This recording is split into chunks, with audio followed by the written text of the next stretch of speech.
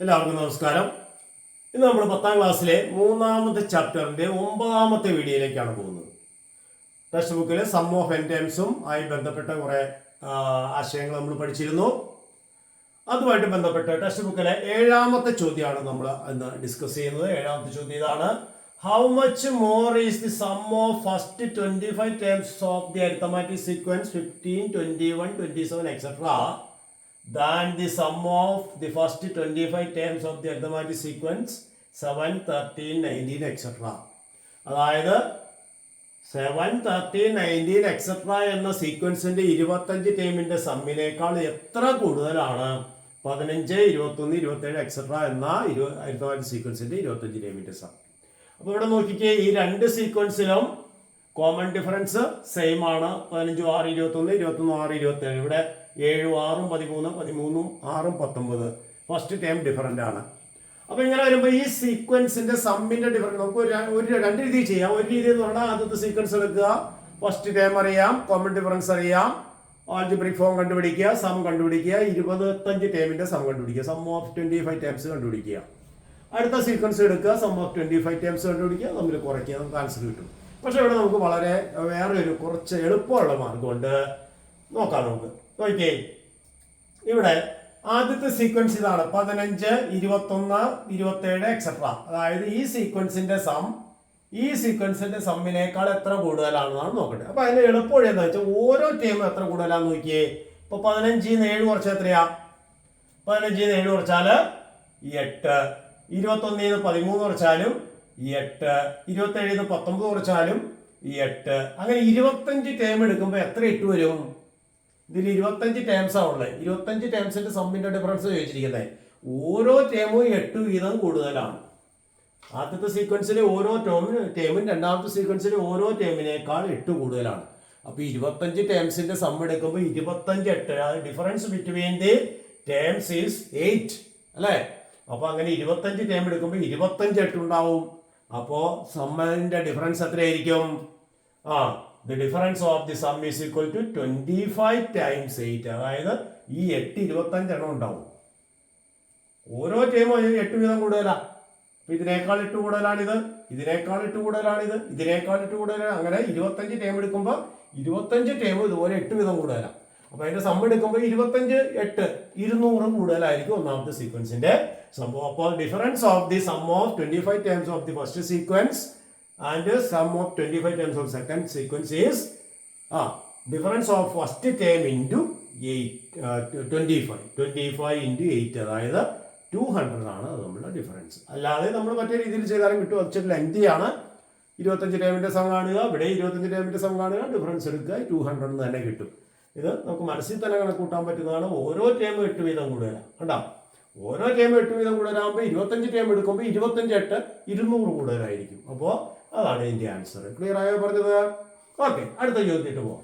Text ബുക്കിലെ 8ാമത്തെ question ആണ്, നമ്മുടെ 3ാമത്തെ ചാപ്റ്ററിലെ last question. The 10th term of an arithmetic sequence is 50 and 21st term is 75. Calculate the sum of the first 30 terms of the sequence. ഒരു arithmetic സീക്വൻസിന്റെ 10ാമത്തെ term 50 ആണ്, 21ാമത്തെ term 75. രണ്ട് terms തന്നിട്ടുണ്ട്. അതിന്റെ ആദ്യത്തെ 30 ടേംസിന്റെ സം കണ്ടുപിടിക്കണം. ഇവിടെ നമുക്ക് നേരത്തെ ചെയ്ത പോലെ, അതായത് നമുക്ക് പറഞ്ഞ പോലെ നമുക്ക് രണ്ട് ടേംസ് അറിയാമെങ്കിൽ ഫസ്റ്റ് ടേമും കോമൺ ഡിഫറൻസ് അല്ലെ, ടേംസ് അറിയാമെങ്കിൽ ടേം ഡിഫറൻസിനെ പൊസിഷൻ ഡിഫറൻസ് കൊണ്ട് ഡിവൈഡ് ചെയ്ത് കോമൺ ഡിഫറൻസ് കണ്ടുപിടിക്കാം.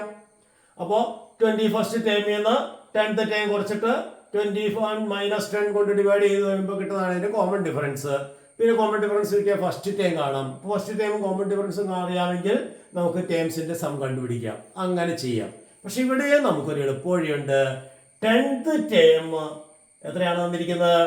10th ടേം x10 എടുക്കാം. 10th ടേം x10 50 ആണ്. 21st ടേമിന് നമുക്ക് x21 എടുക്കാം, 75 ആണ്. നമുക്ക് 30 ടേംസിന്റെ സമ്മ കണ്ടുപിടിക്കണ്ടേ? ഓക്കെ, അപ്പൊ നമുക്ക് x10 + x21 10th ടേമും 21st ടേമും കൂടി ആഡ് ചെയ്താൽ കിട്ടുന്നത് 50 + 75 125 ആണ്.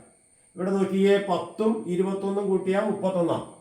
അപ്പൊ സം ഓഫ് ഫസ്റ്റ് 30 ടേംസ് പറയുമ്പോഴോ n/2 × x1 + xn. അത് x1 എന്ന് പറയുന്നത് ഫസ്റ്റ് ടേം, xn എന്ന് പറയുന്നത് 30th ടേമാണ്. അപ്പൊ x1 + x30 അപ്പോൾ x1 പ്ലസ് x30 എന്ന് പറഞ്ഞാൽ 1 പ്ലസ് 30 കണ്ടോ 1 പ്ലസ് 30 എന്ന് പറഞ്ഞാൽ 31 10 പ്ലസ് 21 31 അപ്പൊ സം ഓഫ് പൊസിഷൻസ് സെയിം ആണെങ്കിൽ സം ഓഫ് ടേംസ് ഈക്വൽ ആണ്. നമ്മൾ നേരത്തെ പഠിച്ചിട്ടുണ്ട്, ടേബിൾ ഒക്കെ വരച്ച് ഫസ്റ്റ് ചാപ്റ്ററിൽ പഠിച്ചിട്ടുണ്ട്. ഒരു അരിത്തമാറ്റിക് സീക്വൻസിന്റെ രണ്ട് ടേംസിന്റെ പൊസിഷൻസിന്റെ സം ഈക്വൽ ആകുന്ന രീതിയിൽ ടേംസ് എടുത്തു കഴിഞ്ഞാൽ അങ്ങനെയുള്ള ടേംസിന്റെ ഒക്കെ സമ്മും ഈക്വൽ ആയിരിക്കും. അപ്പൊ x10 പ്ലസ് x21 തന്നെയാണ് x1 പ്ലസ് x30. കാരണം 10 പ്ലസ് 21 31 ആണ്, 1 പ്ലസ് 13 31 ആണ്. അതുകൊണ്ട് സം ഓഫ് പൊസിഷൻസ് സെയിം ആയതുകൊണ്ട് സം ഓഫ് ടേംസ് സെയിം ആണ്. ഇതിന്റെ സം 125 ആണെന്നറിയാം. അപ്പൊ ഇതിന്റെ സമ്മും 125 തന്നെ വരും. ആ പോയിന്റ് ക്ലിയർ ആയോ? ആ ഒരു പോയിന്റ് അറിയാമെങ്കിൽ വളരെ എളുപ്പത്തിൽ നമുക്ക് ആൻസർ ആയിട്ട് എത്താം. അതായത് ഒന്നാമത്തെ ടേമും 30ാമത്തെ ടേമും ആഡ് ചെയ്താൽ കിട്ടുന്നത് തന്നെയാണ് 10ാമത്തെ ടേമും 21ാമത്തെ ടേമും ആഡ് ചെയ്താൽ കിട്ടുന്നത്. കാരണം 10ഉം 21ഉം കൂട്ടിയ 31 ആണ്, 1ഉം 30ഉം കൂട്ടിയ 31 ആണ്. അപ്പൊ ഈ രണ്ട് ടേംസിന്റെ സം നമുക്ക് കണ്ടുപിടിച്ചിട്ടുണ്ട് 125. അപ്പൊ ഈ രണ്ട് ടേംസിന്റെ സമ്മും 125 തന്നെയാണ്. അപ്പൊ സം കാണാനുള്ള ഫോർമുല എന്താണ്? സം ഓഫ് 30 ടേംസ് പറയുമ്പോൾ n/2 into x1 plus x30 എന്ന് വരും. n എന്ന് പറയുന്നത് എത്രയാണ്?